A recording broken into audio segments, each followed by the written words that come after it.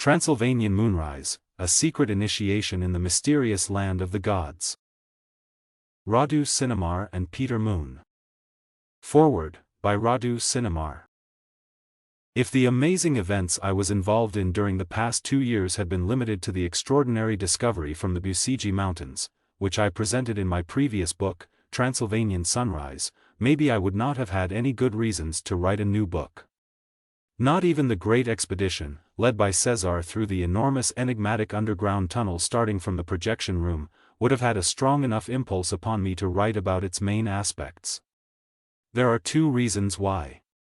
On the one hand, this is presently one of the greatest state secrets in Romania. Upon his return, and just as I expected, Cesar kept his promise of sharing with me the most important events and discoveries of the expedition that he ventured into with an elite commando unit formed by 15 top-trained army people. Their mission may be the most adventurous and fascinating exploration in the history of humankind.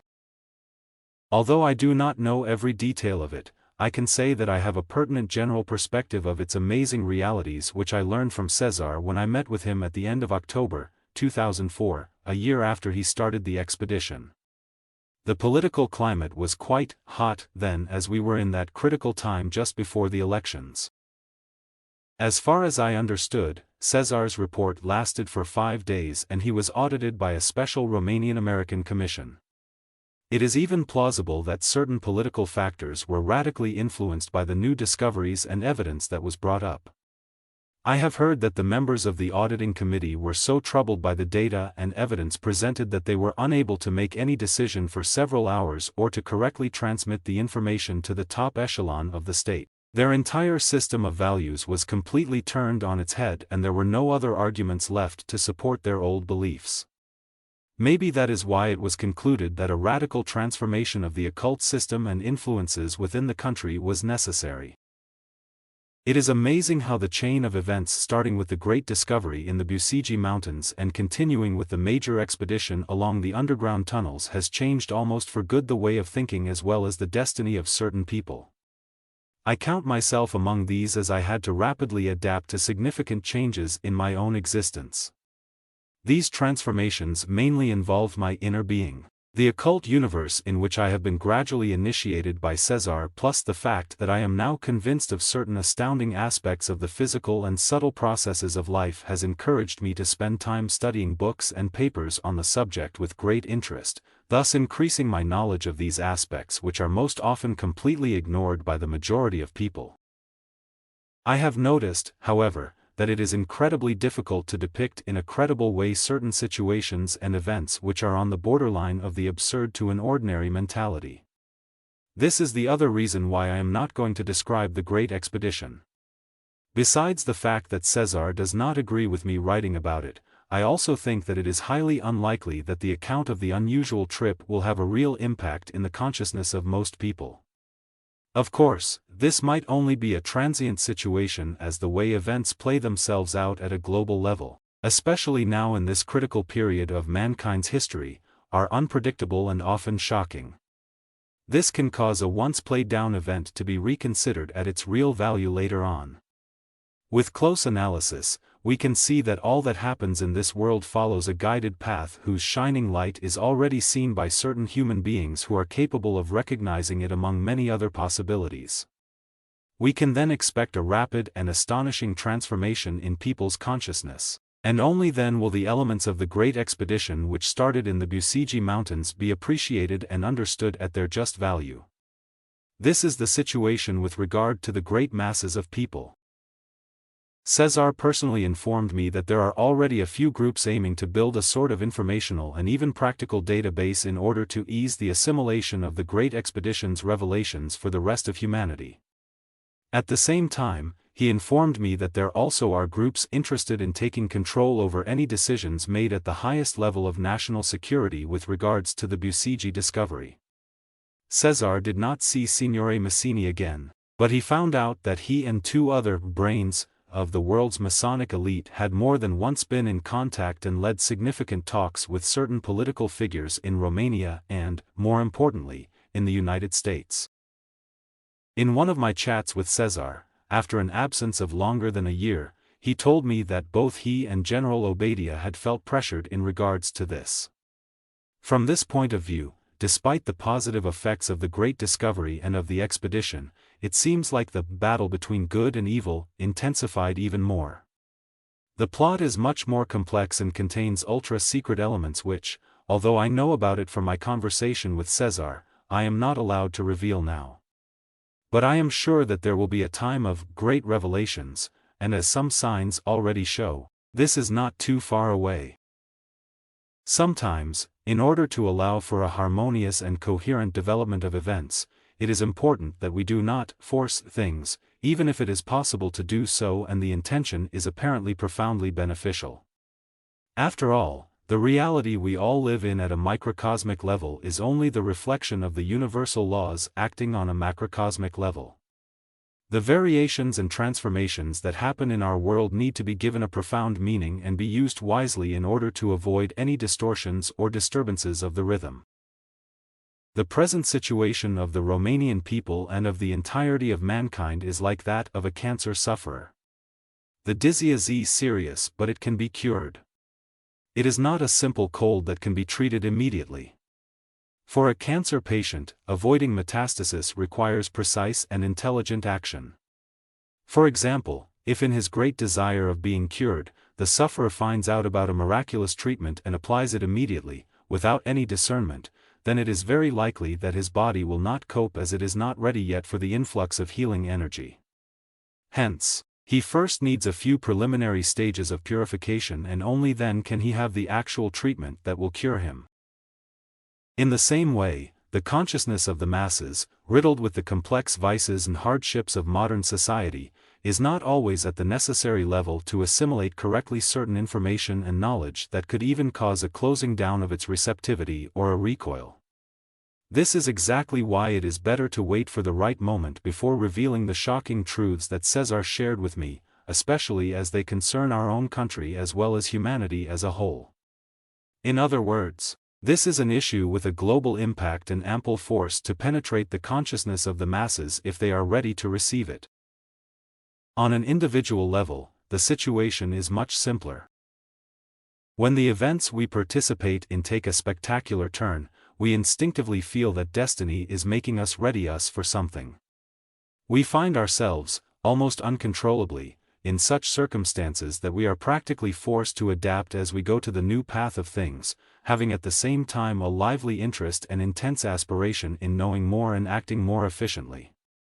This is the exact situation I am in now.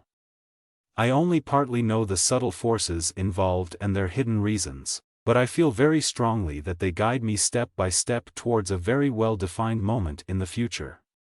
What I can assert is the amazing intensity of the events I am going to describe in this book and also the fact that it fundamentally transformed my entire being.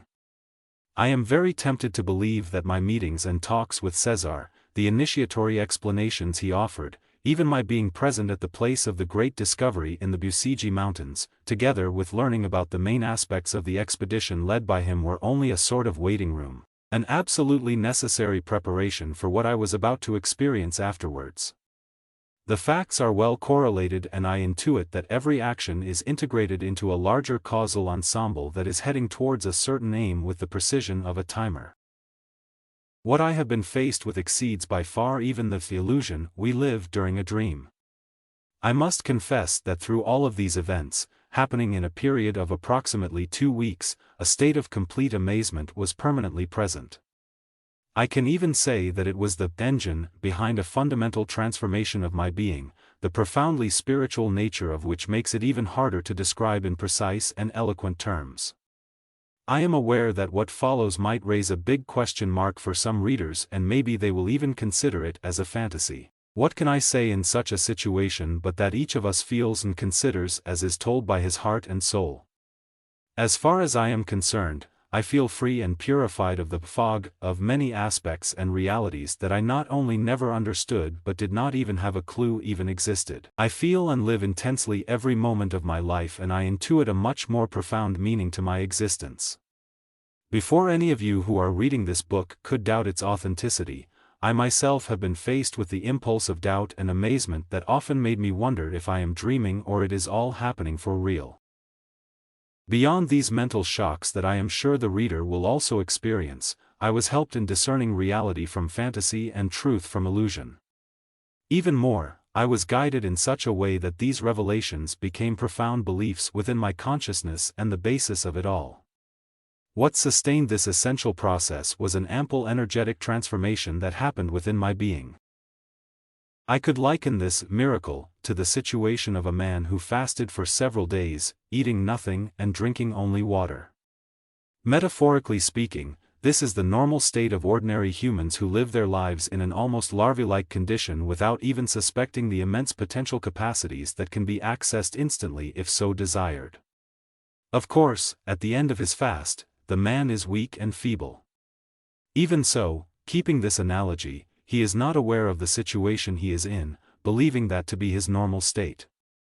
As soon as he starts eating, he can notice how strong fluxes of energy are flowing through his entire being, infusing him with life force, strength to act, inspiration, willpower, happiness and many other feelings and perceptions he was not aware of before. The pointless life, often insipid and limited to prosaic and paltry goals, then vanishes. This is the miracle generated by the energetic depths of our being. I am now capable of better understanding, although still only partially, the consciousness and subtle energetic condition of Cesar Brad as I too live at the present a different life, much richer and effervescent than the one I had before. Before drafting this book, I told Cesar about the amazing things I have been through. In his inimitable way, full of calm and understanding, he was genuinely happy for me and at the same time gave me some precious advice to help with my rapid evolution. I felt he is very satisfied seeing that his choices and efforts concerning me were not without result. I do not think there is anyone who does not want to be happy and know the mysteries of the universe, but we then have the fundamental question: how do we achieve such a thing? As far as I know, there are many ways, but they all have in common one element: the fact that we are dealing with a process of becoming that takes time. Maybe this is why some people give up on the spiritual path of knowledge right before obtaining a true inner transformation within their being. They are frightened by the effort they need to put into it and the idea of perseverance. In my case, the transformation was extremely rapid and lasted only 12 days. It is likely that, if it lasted longer, my mind would have found some subversive ways of attenuating the shock caused by the astounding events I was witness to, and then I would have gotten stuck at an inferior level of understanding. Who knows how long I would have had to stay there before my next jump. What happened during those sublime 12 days of my life is the subject of the book you are holding now. If I were to refer those days to my own subjective passing of time, I would say I actually lived a couple of years, but in a very condensed way and in a complex dimension of my being. In order to be able to understand that dimension, destiny facilitated my meeting with several beings, not always human, who precisely marked my journey up to my extraordinary meeting with Makandi. That was, without any shadow of doubt, the turning point of my existence. Nothing from then on was the same. Another world, another universe. Only a few months has passed since then, and the intensity of what I lived then and the characteristic vibration never left me for even one moment. That is why I decided to make it known, through this medium, to the readers whose interest might be awakened. There is a reason and a meaning to every aspect of our lives. Maybe in this immense ensemble, my sharing of what happened to me will be like a miraculous cog that will trigger a profound spiritual transformation within your being. During all such transformations it is fundamental to enter the subtle heart. Radu Sinamar.